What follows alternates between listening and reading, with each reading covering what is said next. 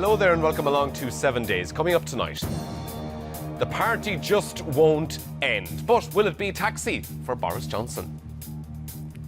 Labour's deputy leader Angela Rayner has slammed the Daily Mail for sexism and misogyny in their reporting.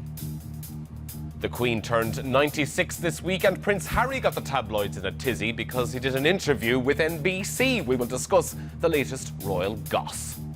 To dig into all this and more, we're joined tonight by Murray McDonald, Kirsty Strickland and Paul McNamee.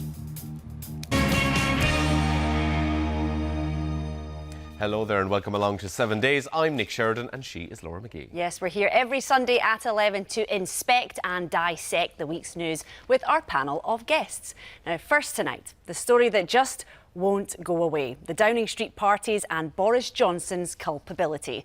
The issue continues to suck all the air out of UK politics, even as Boris Johnson embarked on a tour of India and met leader Narendra Modi. The PM will now face an investigation by a House of Commons committee into whether he broke the ministerial code and misled Parliament. But some have called for an overhaul of the entire system, since the Prime Minister is in fact the ultimate adjudicator of the ministerial code and is effectively judging himself. Let's see how things unfolded this week. Did you lie to Parliament, Prime Minister? Are there more fines to come, Prime Minister? The Prime Minister welcomed his counterpart from Kurdistan, but as he tries to get on with the job, he can't escape the questions over Partygate. Can lawmakers be lawbreakers? He was fined for attending a party for his 56th birthday in the Cabinet Office, along with his wife and the Chancellor. It did not occur to me then or subsequently that a gathering in the Cabinet room just before a vital meeting on COVID strategy could amount to a breach of the rules. I repeat, that was my mistake and I apologise for it unreservedly. The Labour leader said the Prime Minister was dishonest. What a joke. Even now, as the latest mealy-mouthed apology stumbles out of one side of his mouth, a new set of deflections and distortions pour from the other. It is beyond ludicrous that the arbiter of whether or not the ministerial code has been broken is the person who's accused of breaking it, the Prime Minister. Right now, being 5,000 miles from Westminster might be a relief for Boris Johnson. He's been wrapped up in a scandal about lockdown parties and whether he told the truth about them. Downing Street were originally confident they could kill the whole idea of an inquiry, but under pressure from their own MPs, they decided the decision should be delayed. Then, at the last minute, all those plans had to be ditched. They'd completely underestimated the anger amongst Conservative MPs, many of them simply unwilling to publicly defend their leader. I have to say, I'm sorry, that for not obeying the letter and the spirit, and I think we have heard that the Prime Minister did know what the letter was, the Prime Minister now should be long gone. Madam Deputy Speaker, I'll certainly vote for this motion, but really, the Prime Minister should just know the gig's up. We're joined tonight by PR Director Murray McDonald, columnist Kirsty Strickland and Big Issue Editor Paul McNamee. Welcome to you all. Murray, I'm going to come to you first. So there's sort of we've been going around in circles on this story now for a few weeks, where opposition parties say that this is a disgrace and that the Prime Minister needs to resign and he has no integrity, and then the Prime Minister comes back and says this is not what the public want us to be talking about. This is a waste of time and we should be focusing on the cost of living Ukraine, all this kind of stuff. What side of that particular debate do you come down on? In some ways, I actually think both those things are right, and I don't think I'm sitting on the fence on that one. I think everyone is frustrated that we are still talking about this, and quite frankly, it is a sideshow to what are really important issues going on in the world, and we do need the Prime Minister and the government focused, as you say, on cost of living, on what's happening in Ukraine, and a whole host of other really important issues for the country. And it feels really frustrating that a series of what people are calling parties, I'm not quite sure I would call them parties. They don't sound very good fun ones to me. Well, if there's a birthday cake, I suppose that would suggest it's a birthday party, wouldn't it? Well, I think there was certainly a cake in an office, and I think the trouble is we are caught in politics with some of this. Clearly, I think it's quite clear, and the police think it's quite clear, that rules were broken by the Prime Minister, by the Chancellor, by a number of civil servants and other appointees in there. And that is a problem. And it's a massive problem when you consider what we asked the country to do at the time, what they asked the country to do. And as ever, the people who are making the law really shouldn't be breaking the law. Where I kind of sit in the fence about this a little bit is I'm not convinced the misdemeanours are really enough to warrant removal from office on their own right. But we are where we are, and I think the problem is this issue is just not going away for the government. And the Conservative Party has to deal with this, and they cannot have this going on and on and on through to autumn, to the end of the year. Tory MPs are going to have to decide at some point whether they want to take the political gamble of removing him or not. And that isn't an easy decision. Yeah, and Paul, I mean, ultimately, Murray makes the point that he doesn't think that these misdemeanours warrant removal from office. I mean, many people would agree with that simply the Prime Minister being in office, a birthday cake being brought to him and people gathering to sing happy birthday. Why on earth would somebody resign over that as Prime Minister? This isn't about a birthday cake. This isn't about necessarily him just being in one office. There are suggestions, there are a number of others, but again, this is not exactly what we're talking about here. The reason that he is going to have to go in front of the Standards Committee is because they're going to ask if he was misleading Parliament. They're going to ask, was he lying to Parliament? This is about a Prime Minister who lies. This is about a Prime Minister leading a party and a government who are not fit for the things that they were elected to do. This is a Prime Minister. Well, those are different things, aren't they? No, those two are different things. This is the same thing. One is integrity and honesty, and then we kind of segue then into this is a government that isn't fit for purpose. Those are two separate things, aren't they? No, it's absolutely not. It's core and central to this. This is what was being voted for. That's what Steve Barclay was talking about when he was saying the gig is up. He is talking about the integrity of the Prime Minister, and the integrity of the government comes from the top down. Boris Johnson, is one of his excuses was that he can't oversee everything that happens in Number 10, which is a really mealy-mouthed thing, basically passing the buck on to somebody a little more junior. He takes no responsibility. He tries to shift blame. We're looking now at a Prime Minister who, and I think this goes back probably to the Owen Paterson affair, he leads a government that thinks, well, if we don't quite like the thing that we know is not quite right, we'll just change the rules. Nobody will notice. We've an 80-seat majority. We can do whatever the hell we like. That's what this is about. This is about a government who think that the rules don't apply to them, that they are entitled, that they do not need to apply, the standards that apply to us do not apply to them. And further to that, this is a government that the £50 fine, I think, is another part of the issue and problem here. Everybody else who was found guilty of flaunting the rules during lockdown, they should have their money sent back, and then they should be told you're only going to have to pay £50 because that's what it is, the Prime Minister. Everything about this is a mess. Kirsty, what do you think? What side? I mean, Murray's on one side there, literally physically on one side. Paul is on the other. Where are you on this? I agree with Paul. We can't remove the context from this. So in 2015, if a Prime Minister had a bit of cake in the office on his birthday, of course that wouldn't be a resigning matter, but we have to remember what we were looking at the time. People weren't allowed to say goodbye to their dying relatives. Numbers were minimised in funerals. People made big life and death decisions. And the worst part of this is people now feel guilty for doing exactly what the government told them they had to do. They stuck to the rules because they were told that's what we do to protect each other. They did that, and now they feel this secondary guilt because they think, oh, I didn't say goodbye to my mum, I didn't spend this time with somebody in a care home, for example. So we can't remove this from all context and say it's just about cake. It does feel like we've been speaking about this for a long time. It's obviously been rumbling on for months and months. But where it's changed this week is I don't think that's necessarily going to work in Boris Johnson's favour anymore.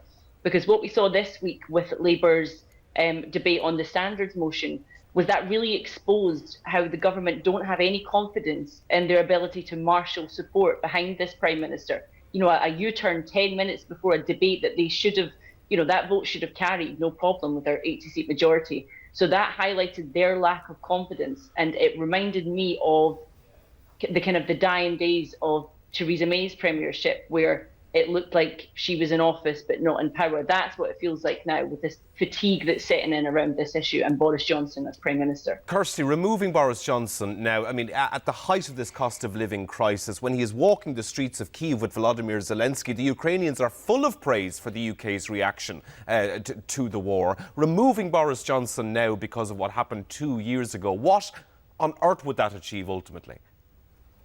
Well, I don't buy the argument at all that we can't remove a lying, law-breaking, incompetent, lazy Prime Minister because there's other crises going in the world.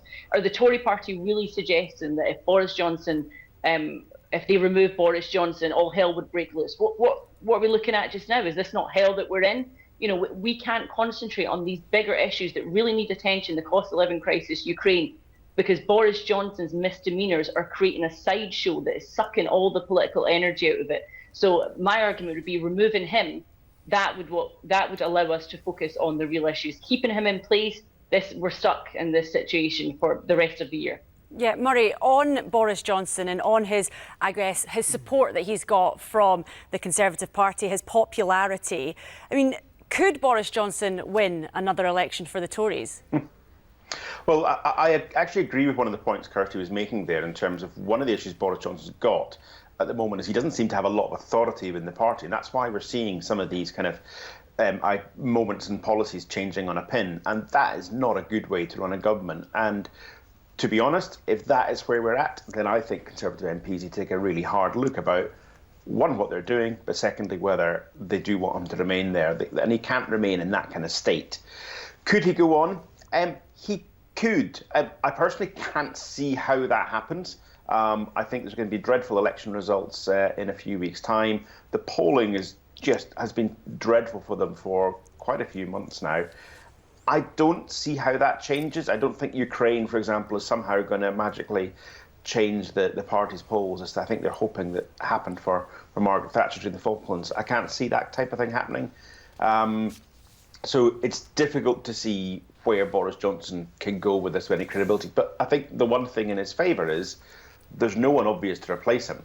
And what is the point in replacing him with someone who's just going to go on and fail? Maybe you just leave him and they go on and he either wins or loses the next election. OK, panel, we'll have to leave it there for just now. Thank you very much for that. We'll be back to you very shortly. Now, Labour's Deputy Leader Angela Rayner has hit out at the Mail on Sunday after they claimed she tried to distract Boris Johnson by crossing and uncrossing her legs during Prime Minister's questions. The article quoted unnamed Tory sources who said she knows she can't compete with Boris's Oxford Union debating training, but she has other skills which he lacks. Miss Rayner tweeted, "Women in politics face sexism and misogyny every day, and I'm no different." This morning's is the latest dose of gutter journalism, courtesy of the Mail on Sunday. Boris Johnson tweeted his support, saying, "As much as I disagree with Angela Rayner on almost every political issue, I respect her as a parliamentarian and deplore the misogyny directed at her anonymously today." Kirsty, come to you first. I mean, what was your reaction to that article this morning and the subsequent reaction to that? You know, these things are not shocking now. We see women in politics subjected to misogyny, comments about their appearance, but I did actually find that quite shocking. Not only that a national newspaper chose to publish what they labelled an exclusive based on an anonymous quote from one creepy Tory MP, but also just how stark it was. You know, there was no hiding the classism there. There was no hiding the sexism. And I wondered how Angela Rayner must have felt reading something like that about herself and having to come out and defend it. You know, it's disgusting. And the newspaper that published that should feel ashamed. But also the culture around Westminster, where a elected parliamentarian would find it appropriate to speak about the deputy leader of the Labour Party in such a crass, misogynistic way, it really says a lot about the toxic workplace practices at Westminster. Murray, Angela Rayner also said in response to this today that Boris Johnson and a number of others clearly have a problem with women. Is that fair? I'm not sure if that's fair, but I mean, firstly, I completely agree with what Kirsty said there. And I think one of the big problems that she touched on there is about the culture at Westminster. So I think that problem with women is actually rife at Westminster. It's a really strange place. Do you know what? This kind of culture did exist in lots of places 10, 20 years ago. Probably not to this extent, to be honest.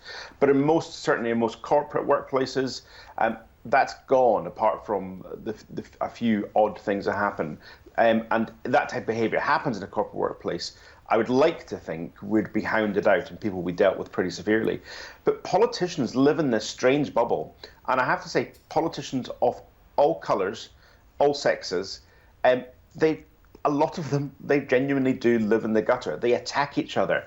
They don't go for policies. They attack personalities, or they attack parties, and they attack tribes. And this is not unique in this country, but I think we're particularly poor at it.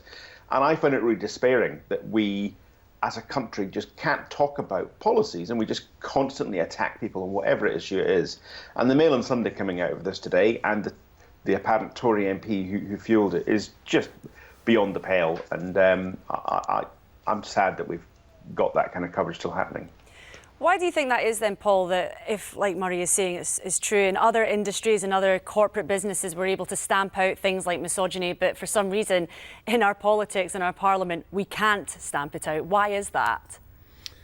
Well, I don't know if it's because the gender balance or the age of a lot of senior people within parties that they haven't quite caught up with the 20th century, never mind the 21st century in terms of behaviour. I don't know if it's partly that. That's quite worrying, though, isn't it? That these are the people that are leading us, and if they've got such such backward opinions about things, is that not a worrying thing for the general public? Yeah, although I don't think it's all of them. I mean, this is the problem here, and I think this is why it benefits.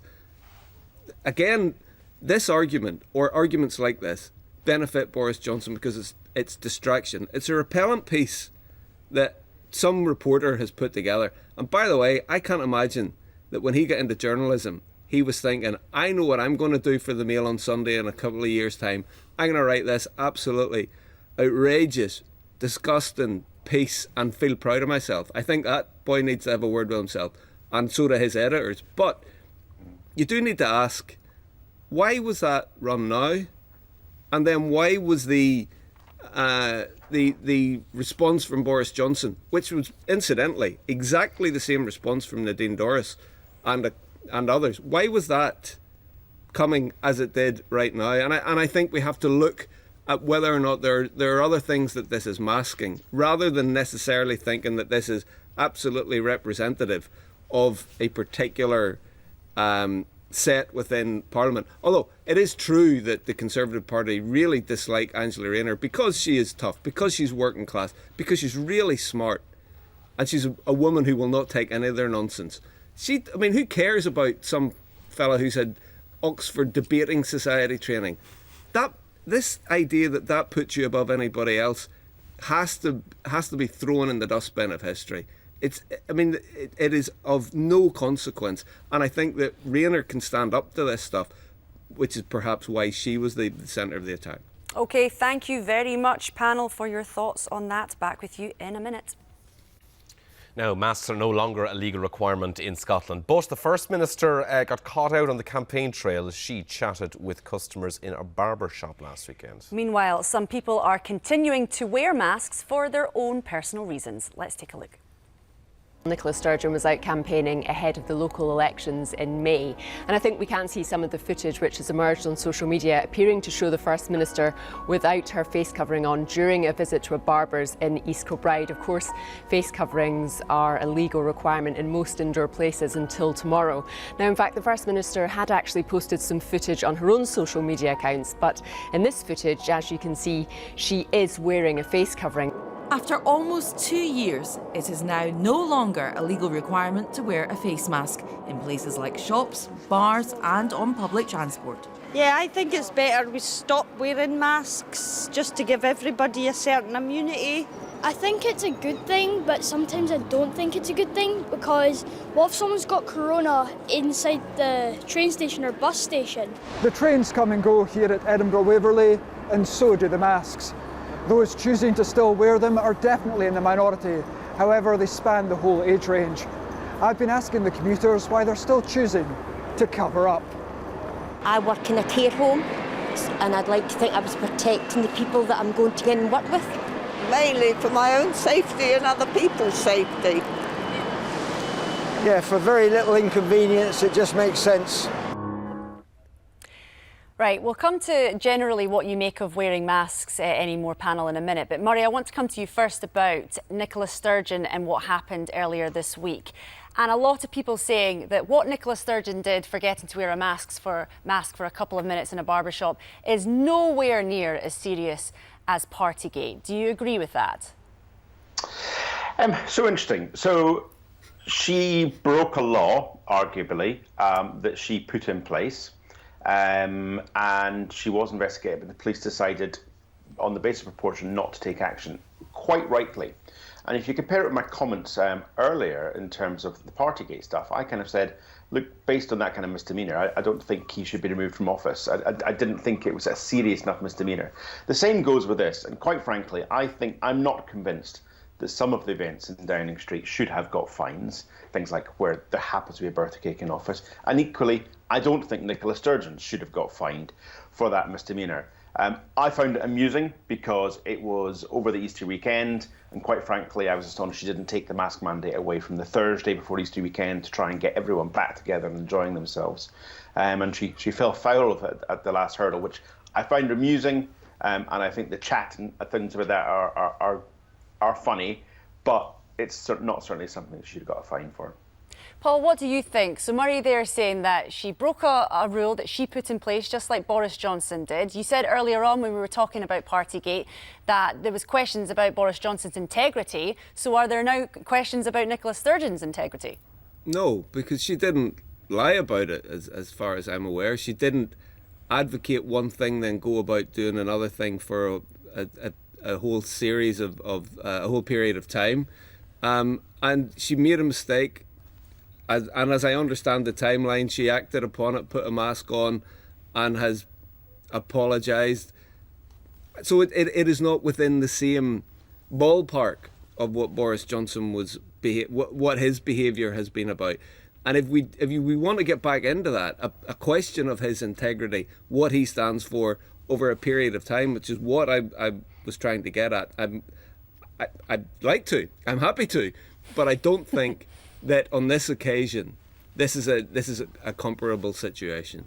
But Paul, Nicola Sturgeon was condemned Boris Johnson quite heavily about what happened. So do you think then she would have been happy if Boris Johnson had just apologised just like she did? Does that then even things up? He broke a rule that he put in place, apologised for it, owned it up to it. Do you think that therefore means that they're even Stevens now? Well, no, because he only apologised. If we are going to go into that, he only apologised after he was given a fine for one thing, after saying he hadn't done the one thing that the police found he had done. He tried to use the Sue Gray inquiry, which still hasn't fully delivered yet, as a way of moving away any focus from him. This is not on the same level whatsoever. Kirsty, what do you think? Was there any hypocrisy here? No, I think, look, there's a huge, huge difference. And again, it's about context. If Boris Johnson had been caught a few times over the last 2 years not wearing a mask, I would not be sitting here saying that he needs to resign. Really? Really, Kirsty? Really? Oh, come on, Nick. Really? You know I wouldn't. I mean, that's silly. The reason for that is every single one of us at some point has forgotten momentarily to put a mask on. Everybody has. I've done it a few times. Nobody that I know during the height of lockdown, where the most intense restrictions were in place on our liberties, I don't know a single person who attended gatherings at a workplace or in their own home. I don't know anybody who did a bring your own booze event with 100 people in their back garden. So it's a massive difference. It's about context and it's about time. This isn't the first time Nicola Sturgeon's been caught out not wearing a mask. There was a similar story when she attended a funeral and she was walking out and she briefly stopped to speak to some mourners and she didn't put her mask back on, and that was all over the papers as well. I don't think anyone can seriously say that these two situations between Partygate and a momentary lapse of putting on a mask are in any way comparable. OK, we'll leave it there. Thank you indeed, panel, for the time being. Back to you in a moment. It was happy birthday to Your Majesty this week as the Queen celebrated her 96th birthday. But as usual with the royals, nothing's ever simple. No, indeed not. Prince Harry was judged to have played a blinder hosting the Invictus Games for disabled veterans. But then the tabloids drew their knives in the wake of Harry's interview with an American journalist where he discussed meeting his gran on her birthday. Let's take a look. In Scotland, the gun salute was fired from the ramparts of Edinburgh Castle. And what of the recipient of so many birthday wishes? The Queen spent the day quietly at Sandringham. She was seen being driven around the estate, looking relaxed, reflecting perhaps that ahead lie a number of planned public appearances for her Platinum Jubilee. From Buckingham Palace, a photograph of her at the age of 2 was republished. Then she was Princess Elizabeth, and few imagined that she would one day be Queen. It was just so nice to see her. You know, she's on great form. She's always got a great sense of humour with me, and I'm just making sure that she's, you know, protected and got the right people around her. Harry's comment that the Queen was on great form is reassuring, given the concerns about her health. But quite what he meant by suggesting he's the person ensuring the Queen is protected and has the right people around her is unclear. On his own future plans, Harry seems very settled in California. Home for me now is you know, for the time being, it's in the States. And it feels that way as well. But did he think he would come to Britain to attend the Queen's Platinum Jubilee in June? I don't know yet. There's lots of things with security issues and everything else. So this is what I'm trying to do, trying to make it possible that, you know, I can get my kids to meet her. Right, let's get on to our panel with this. Paul, I will come to you first. An avid royal watcher, I know, Paul. I wonder, in this new sort of, this new front that's emerged between, it's sort of Harry and the Markles versus the sort of, the tabloid press. And Harry is now, it seems, very much the villain in this royal pantomime that goes on. Where do your allegiances lie, Paul? With Harry.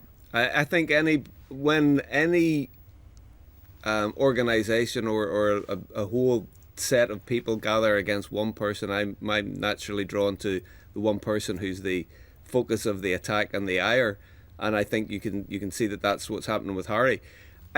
I find the conversations around the royal family and royalty bemusing most of the time. I quite like the Queen. I think that she is pretty remarkable and redoubtable and all those things. For a 96-year-old woman to keep going and keep somehow this strange mess of an organisation going through her force of will, and also that wild picture of her and 2 horses, which is just great. I think that, you know, that there's something to be said for her. However, the rest of them, and the idea of this kind of furlock tugging approach that so much of the press has developed over the last few years, and the way that anybody who is not totally doing that down and bend at knee is somehow against the royal family, and Harry is the worst of it. I don't quite understand why you would want to be that particular person. I understand what the royal family means to British people and why they are. Well, do I understand why they're proud? I understand that they are proud of their royal family.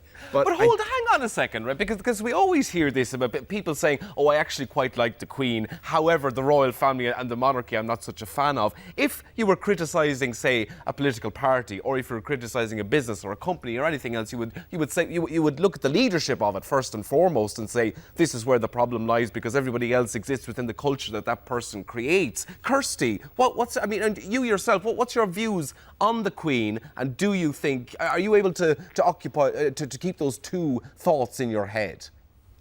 Well, at the risk of encountering your wrath, Nick, I do kind of like the Queen. I think she's, you know, I don't know her, obviously, I've never met her, but she seems fine. But my problem with the royal family is the institution, the fact that we have a royal family, the fact that, we get it when I try and explain the concept to her. I say it's like bees. Bees have a queen, and for some reason, British people have a queen. It's all very strange to me. And this kind of the psychodrama around Harry and Meghan and the feud within the royal family. It's like reality TV, but for posh people. And I like reality TV, but I'm not posh, so I don't find any of it very entertaining or engaging. You use the word role model there, and we know that there's now a Barbie doll of the Queen that was released this week, I think, as well. When you were talking, say, to your daughter about say, the Queen or royalty, or even kind of role models, Kirsty, do you feel like the Queen is a role model, say, for your wee girl?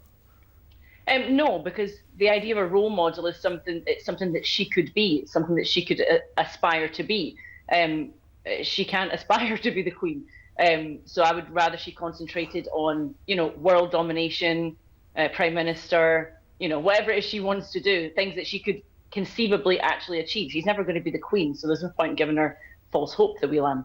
Murray, would you have wanted the Queen Barbie doll when you were growing up? I wouldn't have minded a play with it myself personally. What do you make of that? I'm sure, Nick. I'm sure you've ordered one already. No, I wouldn't have gone for the Queen Barbie doll, but I have always been someone who's been a supporter of the monarchy and a supporter of the Queen. I remember when we were very young, I'm not quite sure I understood what was happening. Our mother took us to see Charles and Diana's wedding, and I just remember having to wake up at 3 o'clock and sitting in a curb all day and actually not seeing anything. So, but despite that, I'm still, I think it's an important part of our country. I think it does a huge power of good for our country. I mean, and going back to, I guess, your original point in terms of Harry and Meghan and what they're, how some people might see attacks on the royalty. I think, they're a bit tiresome. I have no problem with Harry. I have no problem with Meghan. And I actually applaud them for deciding to go and do something different and not be stuck in the rut of being a royal. But I think if you do that, you have to make that leap and not keep coming back and looking back. And I don't think Harry speaking about his grandmother or his father in the way that he's doing is particularly helpful for the monarchy, or actually, to be honest, for their family. And I just wish that he would stop speaking to press about these matters. Paul, I wrote down a direct quote from you just a few minutes ago that you actually quite like the Queen. So therefore, you must be in prime position to be queuing up in the shops to get yourself a wee Queen Barbie doll. Would you buy one at the extortionate price of about £90? £90? You almost had me there, but at 90... Is that what turns you off, the price? Whoa, are there two horses with it? No, it's just the Queen on her own. No, that is too much. Throw the horses in, he's there. Yeah. Exactly. If the horses are included, then you'd be right there queuing up. Okay, fair enough. We'll leave it to no. I didn't think you'd bite on that one. Right, thanks very much, panel, for the time. We'll be back to you in a moment. Now, as we emerge from the pandemic, more of us are returning to the office or to other workplaces. But Jacob Rees-Mogg has demanded that civil servants get a move on. And this week, he left a note in an empty government office. Yes, it said, "Sorry you were out when I visited. I look forward to seeing you in the office very soon." The move was condemned by unions as crass and insulting. So just how empty are these government buildings then? Well, the Department of Education has had just 25% occupancy, but the Department for International Trade had 73%. And the average across all departments was 44%. Right, Kirsty, I'll come to you first on this. What do you make of the note that we saw there? Some folks saying it was a bit passive-aggressive. Others just thought it was a nice little note that Jacob had left for staff. What do you think? Yeah, I don't think he was intending it as a nice little note. What I'm wondering is, what does it say about Jacob Rees-Mogg's own productivity levels in his working day, where he's got plenty of time to creep about the corridors, leaving wee notes on people's desks? I'm not sure if he's creeping. I'm not sure if there was creeping going on. I mean, Jacob Rees-Mogg, before all of his more recent nonsense, was best known for regularly falling asleep on the front bench. So I don't think of anyone's going to be lecturing people about productivity. I certainly don't think it should be him. But I mean, and the wider point, we know now that working from home does does work, and for a lot of people it means that they have a better work-life balance. I work from home. I've always worked from home, even pre-pandemic, and frankly there's nobody I would like enough that I would want to spend every working day with them in an office. So I think as we move further out of the pandemic, it's all got to be about choice, and I think Jacob Rees-Mogg would be better suited focusing on his own working day rather than those civil servants. Murray, does it have to be all about choice now? You know, when employers are hiring employees or deciding how they want their businesses, their offices to run, are they obliged now to think about the workers and whether the workers want to come in or not? What do you think? I think there's a balance to be had, and I think most sensible employers have got to that point. And for many, it's a kind of hybrid solution where people are in, say, part of the week, maybe 3 days, and working elsewhere 2 days, and elsewhere it doesn't have to necessarily be at your home. And I think most employers are getting to that kind of an environment. And I think for most employees, that type of mix works as well. I'm sure some people would like to be at home more permanently. I mean, I think Jacob Rees-Mogg's note was crass, and I think if you tried to do that in a normal workplace rather than a government, you'd be having HR having a word with you for having that type of approach. I mean, what you want to do is bring people with you and explain to them why things are better. I do think the point he's aiming at is important. Productivity in government departments some government departments has dropped drastically. So some of the issues that we had in Afghanistan with our low performance there, lots of that was put down to the fact that lots of people were not in the office and not able to respond to things quickly enough. But more recently, the DVLA have got massive problems and massive backlogs because with everyone working at home, and they pretty much are all working at home, they are not turning around driving license applications and medical issues to do applications. They're not turning them around at the same speed they used to. So there is an issue in terms of productivity there. But I think for most people it is a balance, and people have a preference where they want to be. I mean, for one, I'm doing this from home just now, and I would much rather be there on the sofa with you guys. That's nice, Murray. That's Murray, nice. know how to keep us sweet. Paul, what do you think? I mean, in the office where you work, I mean, you, as far as I'm aware, you are based in an office. You have a team as well. Would you go around leaving wee notes or wee post-its like what we saw there that Jacob Rees-Mogg did? Creeping about, Paul? Creeping about the Can corridors? you imagine? No. Jacob Rees-Mogg is not a serious person, really. He's like a Harry Potter villain or something. He's minister for whatever it is, Brexit opportunity. He's got loads of time. He's trying to fill in his day. So I don't really take anything he does particularly seriously. I know I certainly wouldn't go about leaving notes. I think Murray made a really good point that when in this new work landscape, you have to bring the employees along with you. You have to make the argument for the way that you want to work. You have to listen to how they want to engage with work. And I know that sounds kind of woolly, but things have changed. A lot of people are resigning. The Great Resignation is a very real thing that is happening in the workplace at the moment, particularly office-based, maybe not in so many other industries, although there are huge problems with taxi drivers, for instance, who just do not want to go back to become taxi drivers because they left during lockdown. So I think you have to, as an organisation, find out what it is that will bring people along with you, whatever the working environment is that you want to foster, and encourage them. You have to allow some opportunity for them to work at home if they wish, but at the end of the day, it is work. You're there to produce something. There's an output that you're trying to create. So whether that is a TV show or a magazine or Coca-Cola or whatever it is, at some point now you're going to need to get people back together again. From my own perspective, I like being in a work environment. I like being around people. We have an editorial office in London and Glasgow, so it's a creative place when you get people back together, and I do enjoy that, and I'm glad that we are now able to start doing that. But you do have to listen and allow people a little more adaptability in their work-life balance. OK, thank you very much for that panel. We'll be back with you very, very shortly. Well, let us know your thoughts via our social media accounts. If you have something to say about that or anything else we're discussing on the show, you can get in touch with us on social media using the hashtag BBC7days, and you can also watch us and lots more on BBC iPlayer. Now, the war in Ukraine has upended so many parts of life That now includes the world's oldest tennis tournament, and the world bodies responsible for professional players aren't happy about it. The ATP and WTA strongly criticising a decision by Wimbledon to ban Russians and Belarusian players from taking part in this summer's tournament. Earlier this week, I spoke with the former top 20 tennis player Alex Dolgopolov.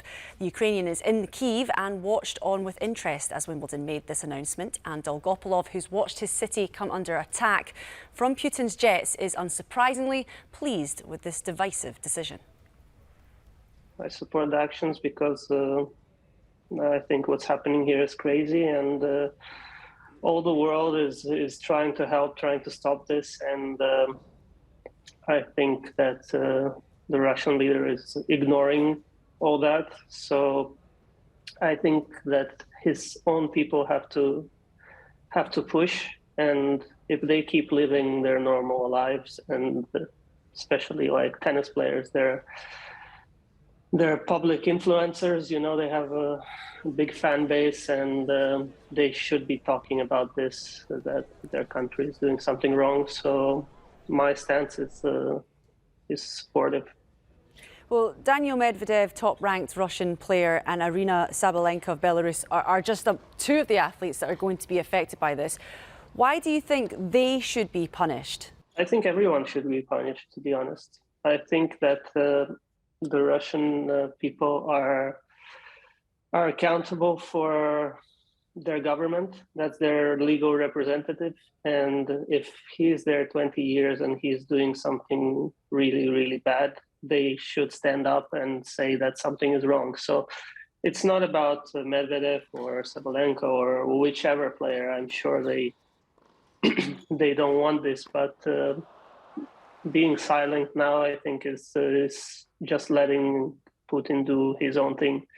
But when we've seen what Putin has done to Ukraine, can you not understand why some of these players might be frightened to say something? Well, exactly. The guys competing in levels like this, first of all, most of them are living in Europe. Like, for instance, Medvedev is in Monaco. Rublev, I think, is in Spain. And they have all the money to speak up and make their families safe. Have any of the players on the tour that are Russian, that are Belarusian, have any of them got in contact with you? Have any of them said anything to you? No. No response from any of them? I didn't contact them, and they don't seem to be caring what's happening here. So no one asked, are we alive or how are we doing? So I don't feel bad for them for not playing, because look what their country is doing. Paul, I'll come to you first. Dolgopolov's there saying that he doesn't feel bad for the likes of Daniil Medvedev not being able to compete in Wimbledon because he is Russian. Do you think that's fair, that individual athletes are being essentially punished for something that Putin is doing and that they may or may not support?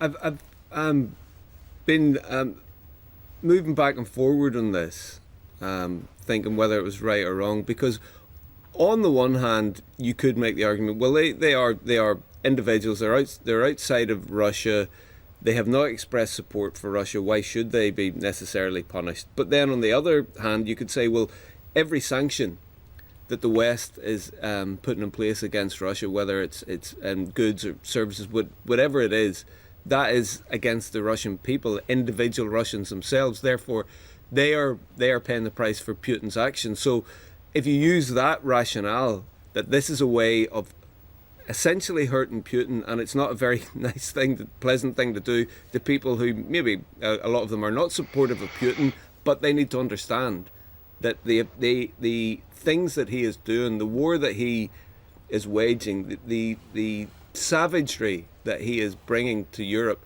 there is a cost. And perhaps if it is something as public as top profile tennis players who have a real global footprint, if you do something to them, then that will really resonate and will be felt in Russia and will be felt by Putin. The only other part with that, I'd say, is that it will have to be all the major tennis tournaments. The French Open is coming up, and they've said they're going to allow Russians, Belarusians to compete. I don't know what's going to happen by the time it gets to the US Open, but I think Wimbledon has taken a stance, and I do respect them for it. I wouldn't like to be making that decision. I think it's tricky, but if they're going to do it, all the others should support them. Where do you stand on this, Murray? I can see you nodding your head there. I guess what Paul's saying is that, in one hand, you can understand why you would want to take this stance and punish Russians, because ultimately that will impact on Putin. But I guess something does have to be done more than just fighting on the streets of Ukraine, because that obviously isn't just the only point of attack, I guess. No, and I think it is difficult, and I have some sympathy with those who are not able to play because of what their country is doing. But I'm afraid this has to be done, and these sanctions have to be tough, because Russians have to feel the pain of it. Because it's only if Russians are feeling the pain of the sanctions that we're doing that we have any chance that they might turn on their government, that they might have a go or start asking, what on earth has Putin got us into as a country? Why has he destroyed our reputation as much as it was? So I think these sanctions have to be there. They have to be tough. And the trouble is, if you let some of these Russian players play in a tournament and they win, you can be sure that Putin will use that as a political opportunity to demonstrate that Russia's still there in the world stage, that's winning at tennis or whatever the environment it's in. We cannot allow it to happen, and until such time that the Ukraine crisis is over, that Russians are out of all of Ukraine, that some kind of deal is done that keeps Russia from doing that again, then they shouldn't be there. What do you think, Kirsty? Do you think that Russians and Belarusians shouldn't be involved in, let's not stop at tennis, any major sporting event over the next however long this fight is continuing on? I've been really torn on this. I automatically feel uneasy at the idea of anyone being barred from a major sporting tournament based on their nationality. But Paul and Murray make really good points, and I hadn't actually considered what Murray was saying there about how Putin would use any individual Russian athlete's victory as a way to shore up his support and show, he would use that to his advantage. So I hadn't actually considered that. I mean, it's a tough situation, and it's difficult for all the individual athletes, but I suppose there's much worse going on in Ukraine just now, and this just might be the penalty that individual players have to face at the moment until we're through this. Okay, Murray, Paul, Kirsty, thank you very much for that. Now, it shouldn't happen to a rock star. Former Oasis bad boy Liam Gallagher has revealed that he needs a double hip replacement operation due to arthritis. But in characteristic form, in fact, he's refused to follow his doctor's advice because of the stigma. He said, "I think I'd rather just be in pain," which is ridiculous, obviously. I know that. Just get them fixed. But it's the stigma saying you've had to have your hips replaced. What next?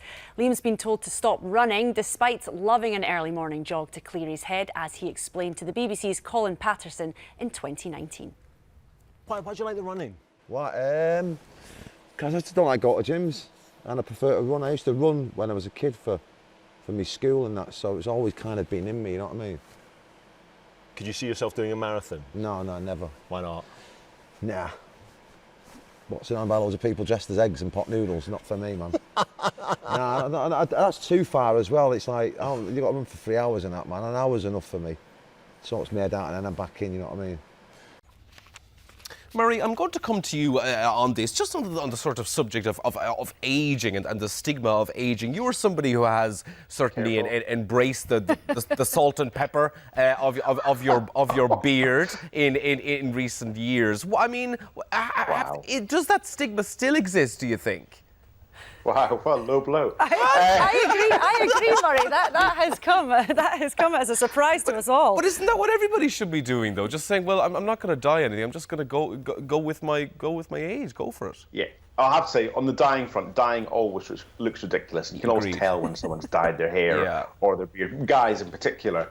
I mean, I think the Liam Gallagher thing is a bit crazy. He's concerned about stigma, but he's actually talking about it, so he's dealing with the stigma. So it's out there. You might as well go and get the operation now and be pain-free. So don't get that logic. But the kind of little thing I do understand about it, and I think guys feel this. Certainly, I have a wee bald patch that's been forming at the back of my head for a while. I have the benefit of being a bit taller than many other people, so I kind of get to hide it that way.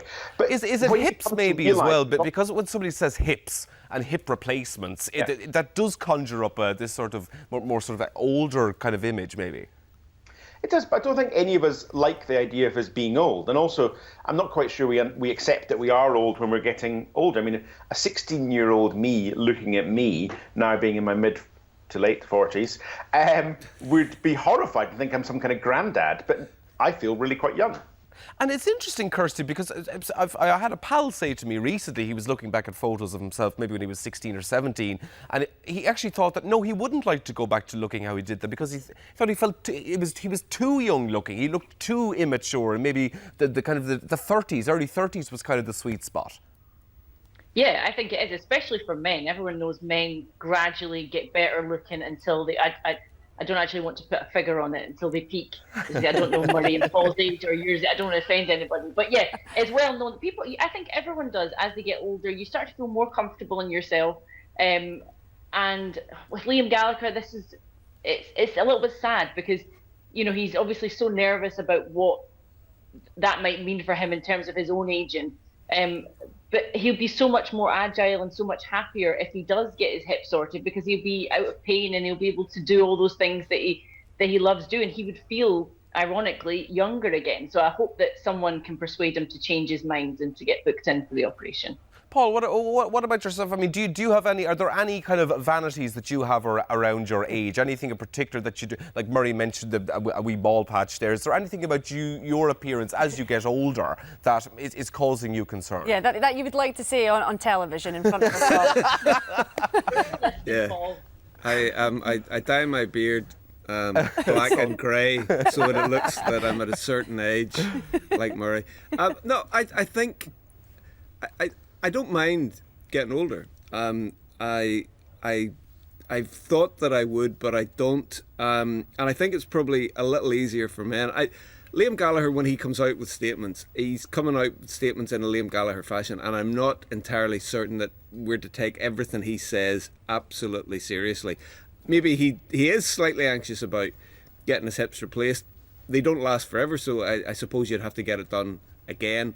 Or maybe he's not quite so anxious and he's just playing up a little. Although Andy Murray got one, didn't he? So, you know, it's not necessarily a sign of aging. But I think it probably is easier for men to get a bit older and they can grow into their age. And so long as they don't try and look like they're 17, and I'm hoping that early 30s isn't the sweet spot because that is way behind me just now. But it is something, so long as you accept it and don't try... and don't try and deny it.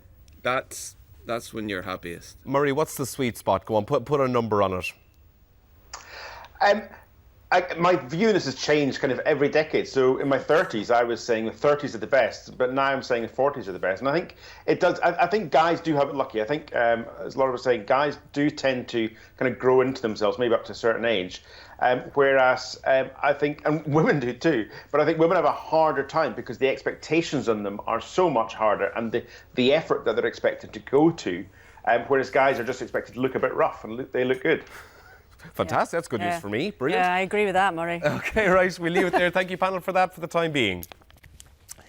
Now, broadcaster, as I just get my hips, now, broadcaster and journalist Adrian Childs has triggered a stream of comments after he revealed that he has got a urinal in his bathroom at home. Not like these sort of scenes. His apparently is much more posh. And no, we are not taking the mickey. It is true. Adrian says it's neat, tidy, clean and flushable. Let's unzip this story with our panel. Yes. Kirsty, obviously, you know, we obviously know more than most about urinals and urinals, so I'll come to you first. What would you think if you showed up to someone's house, went to the toilet and there was a big urinal sitting there?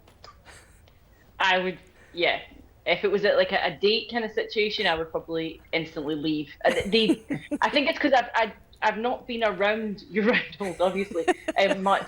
So I don't quite know how they work. I don't know how they're cleaned, you know. I mean, there's not much to it, honestly, Kirsty. Well, it's like there's a mystique to them, but not in a good way. They do make me feel slightly queasy. I don't understand what the purpose of this is. If he's not using a toilet because it's like an aiming issue, then I'm not sure he could be trusted to clean it properly. No, it just germ factory, not for me. Thank you. Paul, you've spent a fair amount of time near a urinal, I'm sure. What would you make of what? More than Kirsty has, anyway. More than Kirsty. The grand scheme of things, more than Kirsty, I hope. Well, would you have one in your own bathroom at home? Well, given that I've spent so much time around them, have one in your bedroom. I'm not sure I need one now. No, I absolutely would not have one in my own home. They stink. You know, let's not put too fine a point on it. And no matter how many little solid air freshener soaps you drop in them, or no matter how much new technology there is with water-free cleaning urinals, they stink. And my daughter has left home. She's gone to university, so the house now is more men than women. And my wife is frequently complaining about toilet seat issues. And I can't think, not that there's any particular puddle, just that they're up rather than down. I don't see why that's an issue anyway, by the way, because all you have to do is literally just put it down. Thank you. Thank you, Paul. No, thank you. We should have started this chat earlier, I think. I think if I then suggested, I'm just going to get urinal stuck in, that might be the end of days. Murray, just briefly from you, is it a yay or nay on urinals? It's definitely a no in the house. But why? What's the issue? It's just, they, as Paul says, they do absolutely stink. There's a reason that cleaners always go around putting these horrible yellow blocks in them, and they stink. And also, you get a bit of backsplash sometimes as well, which is never that good. Oh, okay, right. Moving on very quickly. Right, literally, we are too much about urinals. We are so short on time. Just a really, really quick look ahead panel. In a sentence, what do you think we're going to be talking about the next 7 days? Kirsty, I'll come to you first. Partygate. Okay, excellent, short and sweet. Paul, what about yourself? Elections, leading up to them, post-French election and the local elections and Northern Irish Assembly elections. Very good. And Murray, yourself, urinals, maybe part 2? Definitely not that, but it's going to be Partygate. It's just going to keep rumbling on this week, and I think it will be interesting to see how the Tory politicians begin to deal with it. Okay, yes. Excellent. No doubt we'll be talking about that next week on 7 Days. I'm very, very sure. It's not going away anytime soon. No, it's certainly not. No. Excellent. Right. Well, that is just about all we have time for this evening. A massive thank you to our panel, Murray McDonald, Kirsty Strickland and Paul McNamee. We'll be back the same time, same place next week. Until then, enjoy the rest of your evening and enjoy your week, Nick. Thank you ever so much, Laura. You too. Thanks very much. Bye-bye.